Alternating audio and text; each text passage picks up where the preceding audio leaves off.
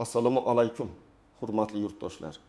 Bugun men pensionerlar, ayniqsa 60 yoshdan oshgan fuqarolar uchun juda muhim bo'lgan mavzuni sodda qilib tushuntirib beraman. Gap pensiya to'lovlari, ularning ikki qismga ajratilishi, yangi tartiblar, kimlarga ta'sir qilishi va kimlar xavotir olmasligi kerakligi haqida ketadi.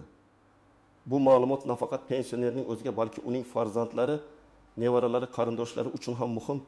Chunki ko'p oilalarda pensiya asosiy daromad manbalaridan biri hisoblanadi. Shuning uchun videoni oxirigacha ko'ring.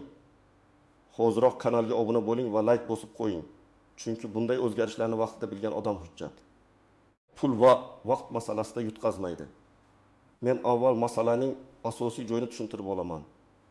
Ko'pchilik pensionerlar orasida pensiya endi butunlay boshqacha berilar ekan. Pensiya kamayar ekan, pensiya ikki bo'lakka bo'linar ekan degan gaplar tarqaladi.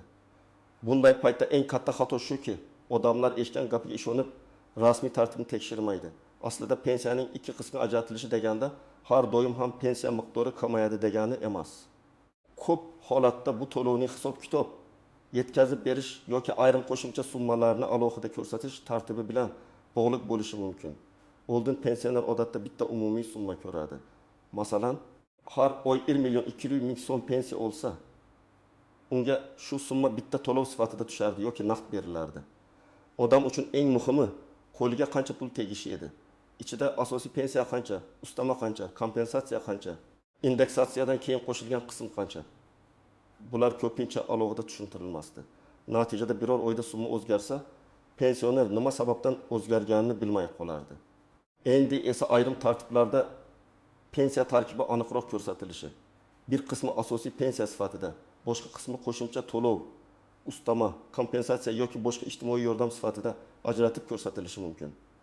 Men bu yerda eng muhim narsani alohida aytaman. Agar sizning qonuniy pensiya huquqingiz saqlanib turgan bo'lsa, faqat nomi yoki to'lov ko'rinishi o'zgargani uchun pensiyangiz avtomatik ravishda yo'qolib ketmaydi. Ammo hujjatlarda xato bo'lsa, bank kartangizda muammo bo'lsa, yashash joy ma'lumotlari noto'g'ri bo'lsa yoki sizdan qayta tasdiqlash talab qilinsa, to'lov kechikishi mumkin. Endi kimlar bu masalada diqqatli bo'lish kerakligini birma-bir ko'rib chiqamiz. Birinchi navbatda 60 yoshdan oshgan pensionerlar, ayniqsa pensiyasini bank kartasi orqali olayotganlar o'z ma'lumotlarini tekshirtirib qo'yish kerak. Chunki hozir ko'p jarayonlar elektron tizim orqali yuritiladi. Pasport yoki ayda karta ma'lumotida farq bo'lsa, familiya, ism yoki tug'ilgan sana noto'g'ri kiritilgan bo'lsa, bankdagi hisob raqam bilan pensiya jamg'armasidagi ma'lumot mos kelmasa, to'lov avtomatik ushlanib qolishi mumkin. Ikkinchi toifa nogironlik pensiyasi. Bo'g'uvchisini yo'qotganlik pensiya yoki yoshga doir pensiya bilan birga qo'shimcha ustama olayotgan fuqarolar.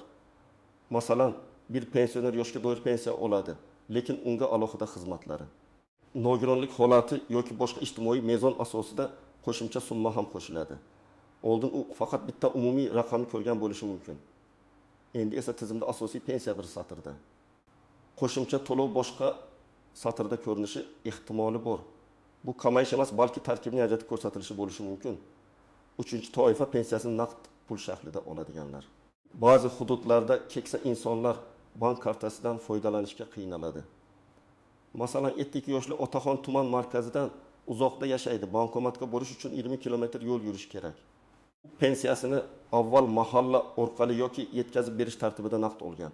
Agar tartibda o'zgarish bo'lsa, u qayerdan, qachon va qanday shaklda olishini oldindan bilish kerak. Chunki kechikish bo'lsa, odam darrov pensiyam kesildi deb o'ylaydi. Aslida esa to'lov kanali o'zgargan bo'lishi mumkin. Keling, birinchi amaliy misolni olaylik. Deylik, Dilbar opa 64 yoshda har oy 20 million 4 ming so'm pensiya oladi. Ilgari uning kartasiga har oyning 10 sanasida to'liq summa tushardi. Yangi tartibdan keyin u mobil ilovada yoki bank xabarida 1 million 200 ming so'm asosan pensiya, 200 ming so'm qo'shimcha to'lov sifatida alohida ko'rishi mumkin. Dilbar opa buni ko'rib, pensiyam bo'linib ketdi, endi ikkinchi qismi berilmay qoladimi deb xavotirga tushadi.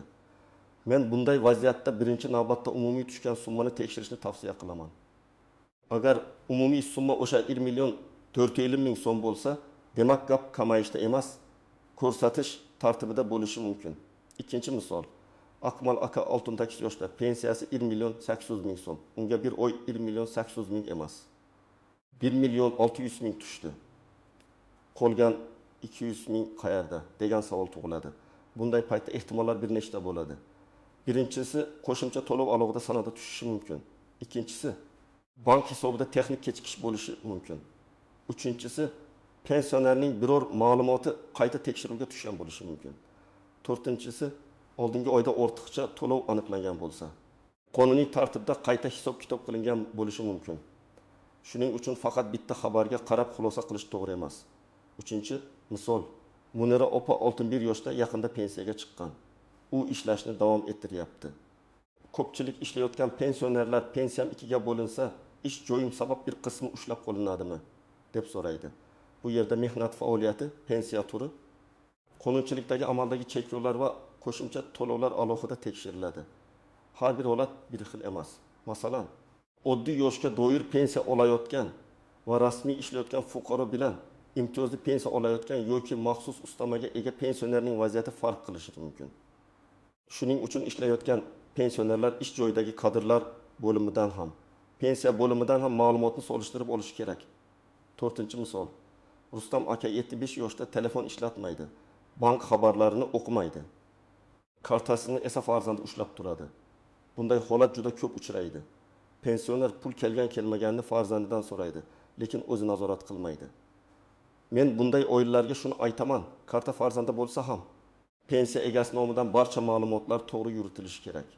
Agar karta muddati tugasa, PIN kod unutilsa, karta bloklansa yoki bank hisob raqamida muammo bo'lsa, pensioner pensiyadan mahrum bo'lmaydi, lekin pulni olish kechikadi. Bu esa dori-darmon, oziq-ovqat va kommunal to'lovlar uchun qiyinchilik tug'diradi. Endi kimlar haddan tashqari xavotir olmasligi kerak.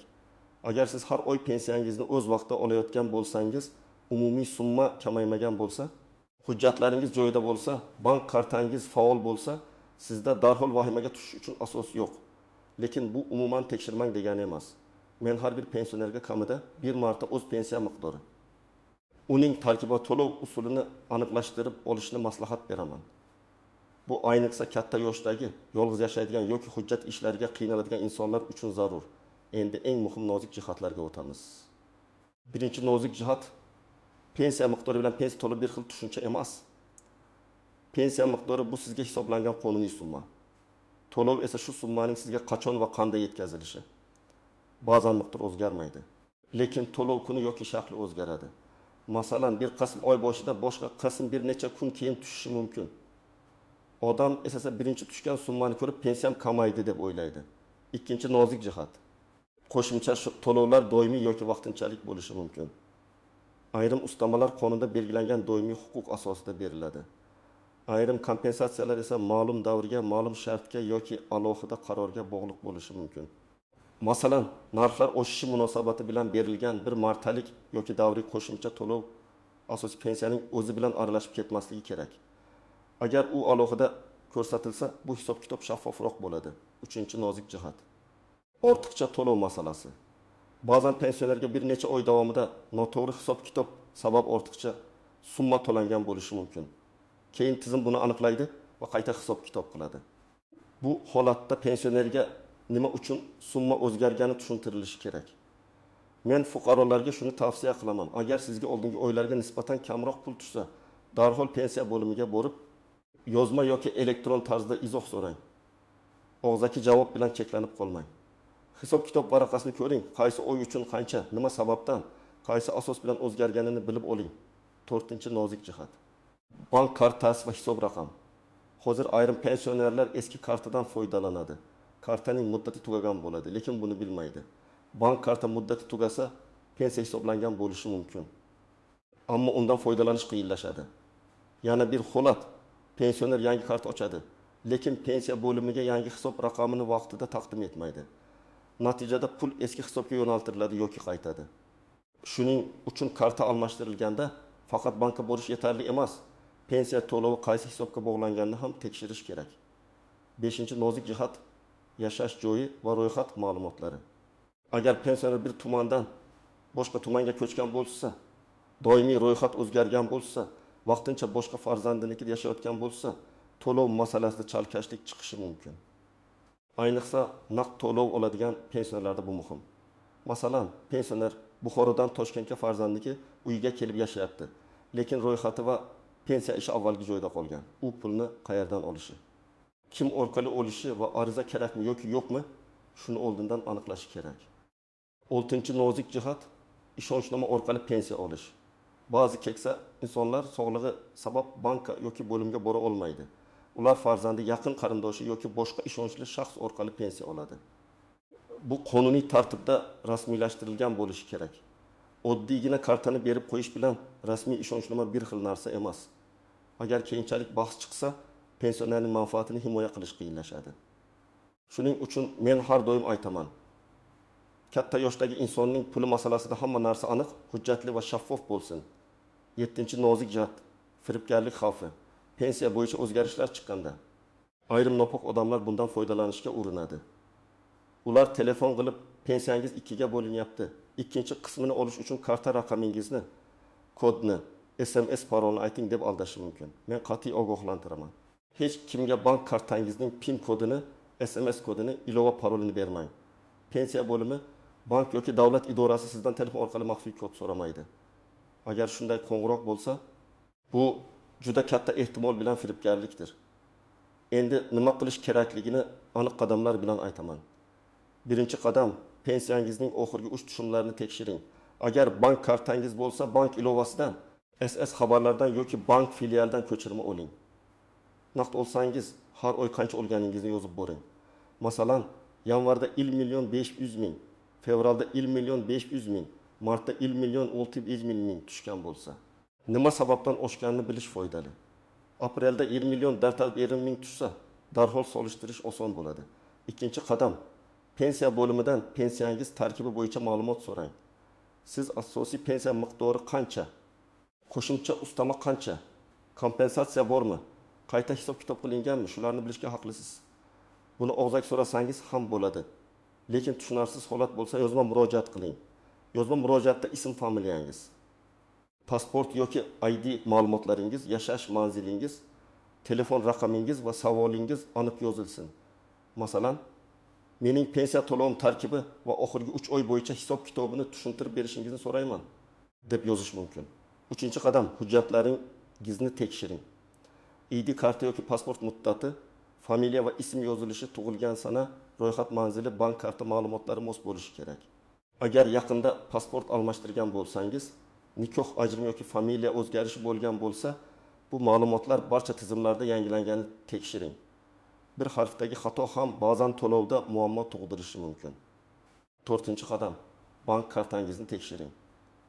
Karta muddati tugamaganmi, bloklanmaganmi, hisob raqami faolmi, karta pensionerning o'z nomidami, yangi karta ochilgan bo'lsa, pensiya unga bog'langan, bularni aniqlang. Bankka borganingizda faqat kassadan pul yechish bilan cheklanmang. Hisob raqam holatini ham so'rang. Karta almashtirilgan bo'lsa, yangi rekvizitlarni pensiya bo'limiga taqdim etish kerakmi yoki tizim avtomatik yangilaydimi? Shuni aniqlab oling.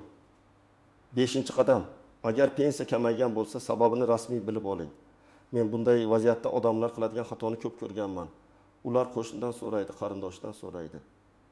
Internetdagi izohlarga ishonadi, lekin mas'ul idoradan so'ramaydi. To'g'ri yo'l shunday.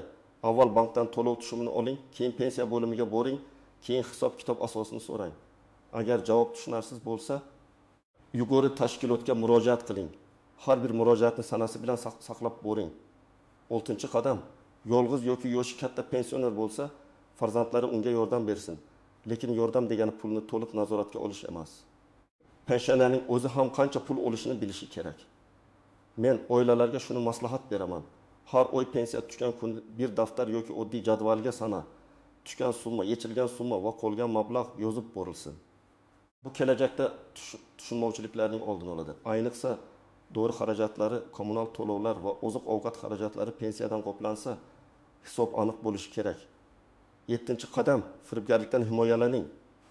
Telefon orqali kimdir pensiyangizning ikkinchi qismi tushish uchun kod kerak desa, ishonmang. Uyga kelib pensiya hujjatingizni tekshiramiz deb pul so'rasa, ehtiyot bo'ling. Rasmiy xodim bo'lsa, xizmat guvohnomasi idorasi, murojaat sababi aniq bo'ladi. Hech qachon shoshilinch qaror qilmang. Avval farzandingizga, mahalla mas'uliga yoki pensiya bo'limining rasmiy raqamiga qo'ng'iroq qiling. 8-qadam o'z huquqingizni biling. Pensioner pensiyasining qanday hisoblanganini bilishga haqli.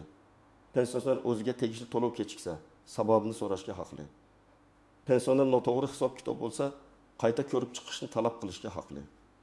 Agar sizga bir joyda javob berishmasa, bu masala shu yerda tugadi degani emas. Murojaatlarni rasmiy tartibda davom ettirish mumkin. Faqat hissiyot bilan emas, hujjat bilan harakat qiling. 9-qadam. Pensiya ikki qismga ajratilganini ko'rsangiz, avval umumiy summani hisoblang. Masalan, sizga 1 million 300 ming va alohida 2 ming tushgan bo'lsa, jami 1 million ming bo'ladi. Oldingi oy ham 1 million ming olgan bo'lsangiz, bu kamayish emas.